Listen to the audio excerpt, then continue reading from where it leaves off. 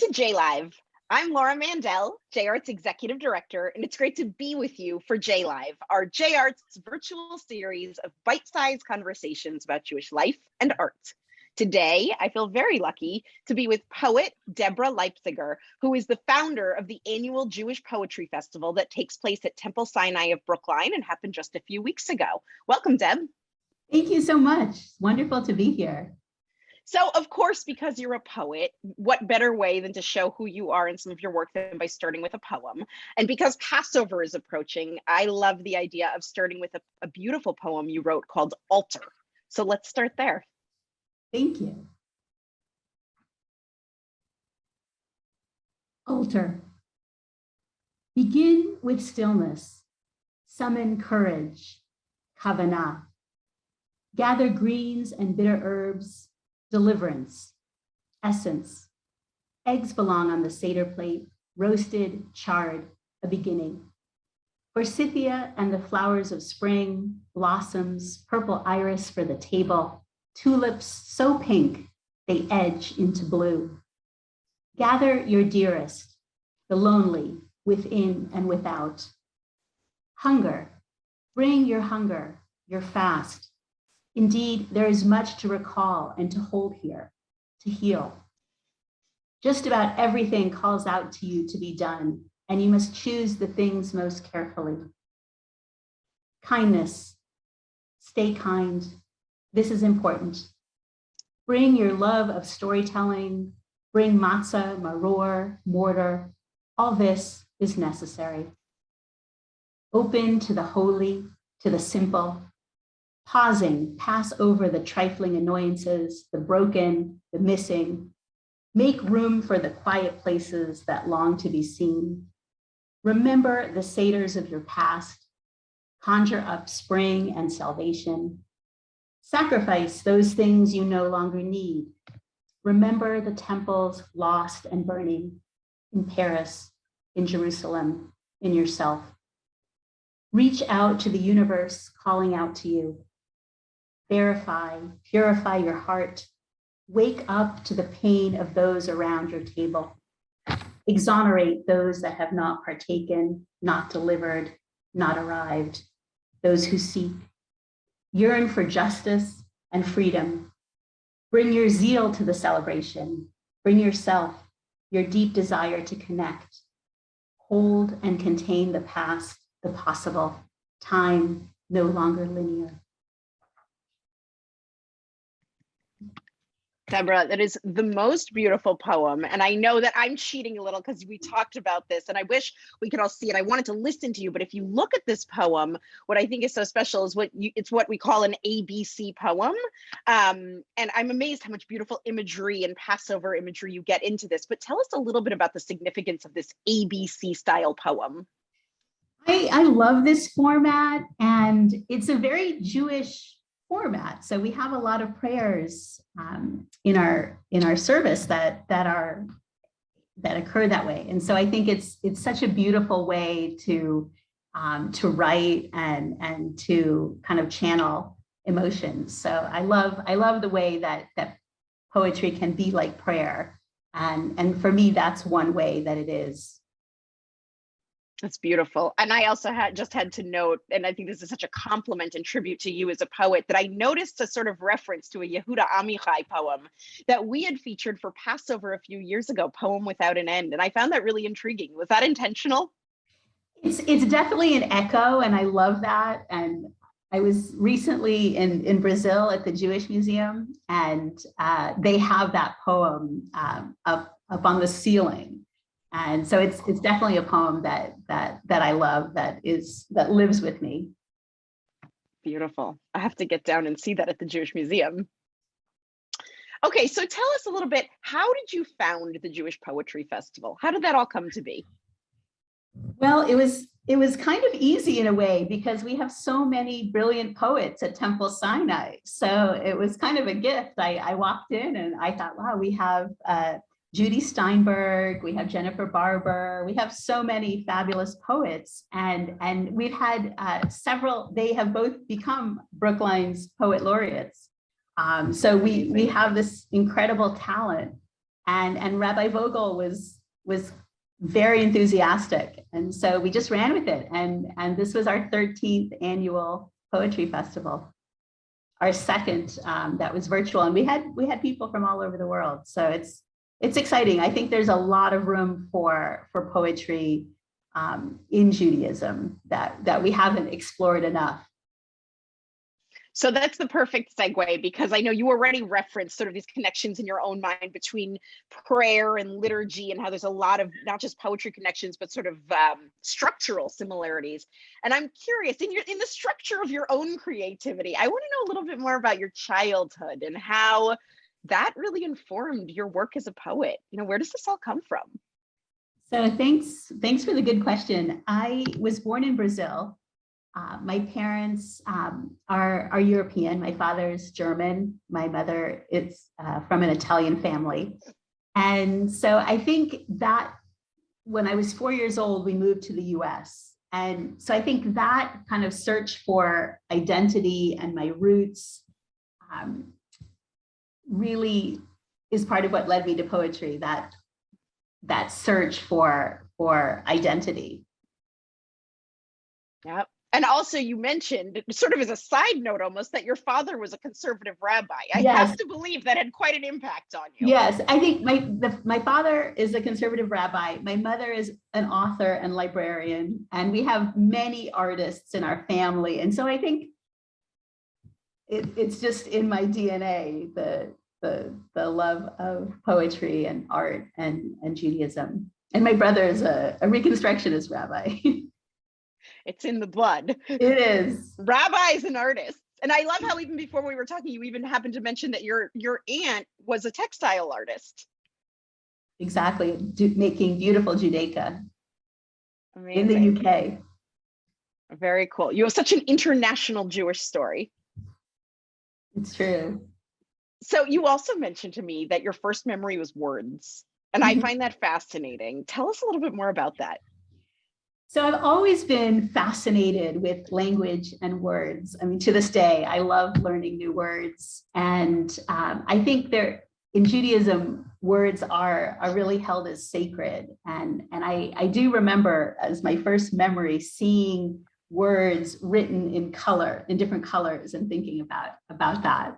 And when I was little, my dad would read to me a book of the Jewish letters. And it was just, the Jewish letters interacting. And it really stayed with me, the power of letters, of language, of words. It's such a Jewish concept. Yeah, definitely. Okay, so with that in mind, I would love for you to read another poem that really goes back to your childhood. There's a piece called Sugaring, you said. So let's hear that. Absolutely. Sugaring. I was made of almonds and sugar, of giving and receiving, of coastlines dug deep with departure and arrival, of boats and boundaries seeking refuge. For my nonna, all desserts began with recreating home in a latticework of marzipan. I was born under dictatorship, under the light of the Southern Cross, dissolving into coconut and clove, tangled in the umbilical cord. My mother told me no one would ever love me like she did, and now I know she was right and wrong. My daughters, born of gingerbread, under a coup divorce, hold the light, the dark of my countries. There's a lot in there. Tell us, I mean, obviously we hear a lot of where that comes from and it's very personal, but can you tell me a little bit about how that poem came to be? So it came to be actually in National Poetry Month, which we just started today. So I love National Poetry Month, and there's a wonderful program called NaPoWriMo where you write a poem a day. And so they shared as a prompt a poem by this marvelous poet, Safia Ihio, and that conjured up a lot of different types of food. And so I thought, okay, well, I'm going to run with that and try that. And it's true, because I think a lot of my Jewish experience is really wrapped up in food. And my nonna, my mother's mother, was Italian, and all of the recipes always started with almonds and sugar. So, you know, for Passover, the desserts for Purim were a lot of the taste of marzipan. And so and Brazil is a country that produces sugar and has a lot of very desserts made with sugar and clove. And so it just kind of took off from there. And then my daughters were born in Europe. And so the gingerbread is a reference to the Netherlands. So it just struck me as a kind of map of my life. I love so much about that, because within the J Arts programming, we do so much with food because it's so evocative of everything, not just in the Jewish experience, but I think culturally speaking, most of us have some kind of visceral reaction when we think of a food or a smell in our culture. I think I love how you integrate these things. Thank you. Yeah, it's really beautiful. Okay, so when did you start writing poetry? So it's interesting. I've been thinking a lot about that. I really started in high school, although I think I've always been kind of very creative and have loved watercolor and museums and reading. So I think that all informs my writing. But it was really, I think, in high school, and I had wonderful teachers. We moved back to Brazil. And I think growing up hearing Portuguese, hearing English, hearing Italian, I was just in this wonderful soup of language that it really echoed in me, having all of these wonderful languages around the table. So were your first poems in, what language, I should ask, were your first poems in? So my first poems were in English, but I have written in Portuguese as well. And I've lately been asked to translate some of my work. And so some of my poems have been translated into Spanish, and I have translated some of my eco poems into Portuguese. And I love doing it because it's so melodic, and there's all these rhymes that don't happen in English that are not intended, but I love that feeling of seeing it in a different light. I love that. So you also happened to mention to me the other day that it was really when you moved to the US 14 years ago that you really started diving back into poetry. And before that, you had been doing nonfiction. So I'm curious to know, what kind of nonfiction were you writing, and what really pushed you to think more about poetry again? It's a good question, and I'm still thinking about that. I've always considered myself a writer, and I've written several books about human rights and business and sustainability in business. That is kind of my tikkun olam work. And I've always written a journal, and I had written a lot of creative nonfiction, so stories about my life, and especially when my daughters were born, I wrote a lot of creative nonfiction about what it was like to parent in the Netherlands and what it was like to have twins. And so I'd written a lot of creative nonfiction, but when I moved back to the US, I just had this incredible desire to write poetry. I had written some, but it just kind of took off, and it was just like floodgates of poetry in the past 14 years. So I think something about being in a new country and finding my footing, and I was going through a divorce. And so I think all of those things just opened up this wellspring of poetry for me. Wow, beautiful. And I appreciate that you do such a beautiful job when you read your own work. And I'm curious, what part of this process is sort of your favorite? The writing, the researching, the reciting, like what part of it really resonates most with you? I think my favorite is just when it comes to me, like when I get an idea, and it sometimes just starts with one word or an image, and just running with that. And I do a lot of walking, and so I love nature. So walking in nature, repeating words that just start to come to me sometimes as images. I love that part. And I also love studying. I've had a lot, part of what I did in the pandemic was I said, this will be my MFA. I'm going to do an MFA, like I'm going to pick the teachers that I want, and I'm going to study with my favorite poets. And I did that. And I was really fortunate. And so I love that part too, of the social parts of poetry, of learning and having mentors and writing groups. I like that too. Great. I'm just curious, of all the classes or teachers you worked with over the pandemic, was there a moment that was really most resident or your favorite moment in that? I had the really good fortune to work with Marie Howe, and she is an incredible teacher. And so she asked us to write a poem about that referred to God and prayer. And so I think that was a real, that was very striking for me. And I can share it with you to send out to people, because that was really a very powerful moment for me. But having Ellen Bass at our poetry festival, and so many wonderful poets that I've been able to study with. Yeah, it's really special. Okay, so this idea of the God piece in prayer is, of course, the perfect segue. You mentioned something that made me laugh a little, but really gave me pause, because I think this is important. You talked about how in some of the consulting work you do, that you feel like a rabbi to corporations. Tell us a little bit about what that means. So I've been involved in developing a number of social standards for business and around human rights and environment. And so I advise companies and governments, different organizations, and oftentimes I will say to companies, you can't do that. You can't say that, that's not ethical. And so it makes me pause, because I think, okay, what I do is not so different than what rabbis do, I think, in terms of kind of inspiring good behavior, but also kind of addressing bad behavior, which is so common.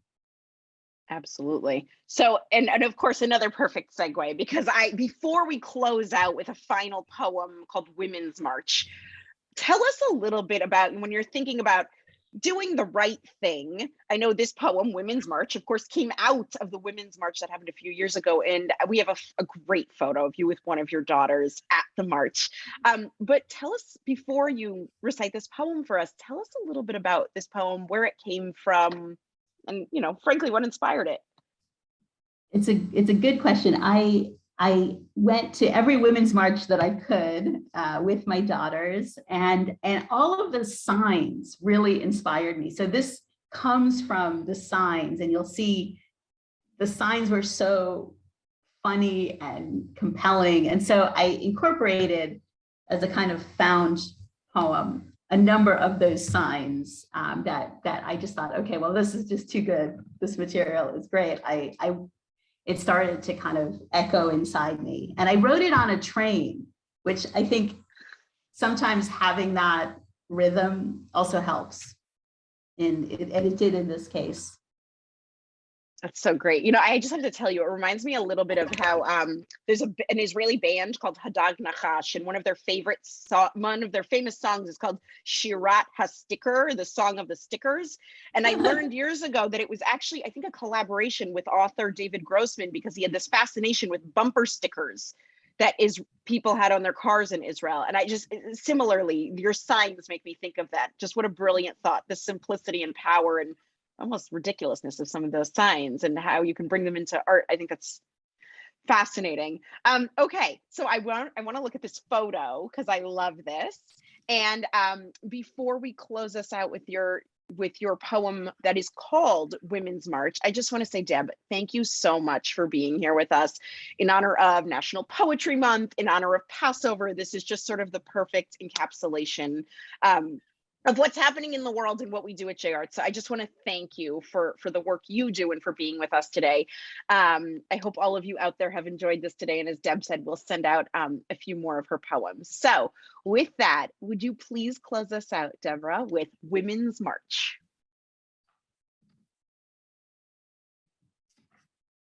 Women's March. We are the peace builders. We are the future. We are now. We are the mothers who march for the disappeared each week on the square. We are students and teachers, mothers and daughters. We are active pacifists. We are lovers, nurturers. We are the granddaughters of the witches they did not burn. We are appalled. We are radiant. We are suffragettes, storytellers. We are nasty. We are pure. We are spring, winter, summer. We will not falter. We are poets, painters. We are the muses. Your hate has brought us here. We are the women in covered wagons nursing babies. We are Eve, Miriam, Deborah. We are Anna Karenina and Hester Prynne. We are judges, rabbis. In our pockets, we have change. In our handbags, we have Cheerios and dried cranberries. We are immigrants. We are explorers, map makers, travelers. We are terra incognita. We are Latinas. We are every letter of the alphabet. We are gypsies. We are Americo Vespucci, naming America. We are navigating the Straits of Magellan. We are sisters, resistors. We are homeful. We are hopeful. We are Hannah Sinesh, parachuting into enemy territory. We are the resistance. Thank you so much, Laura and JArts. Thank you so much, Deborah. We will see you soon. Thank you. Take care.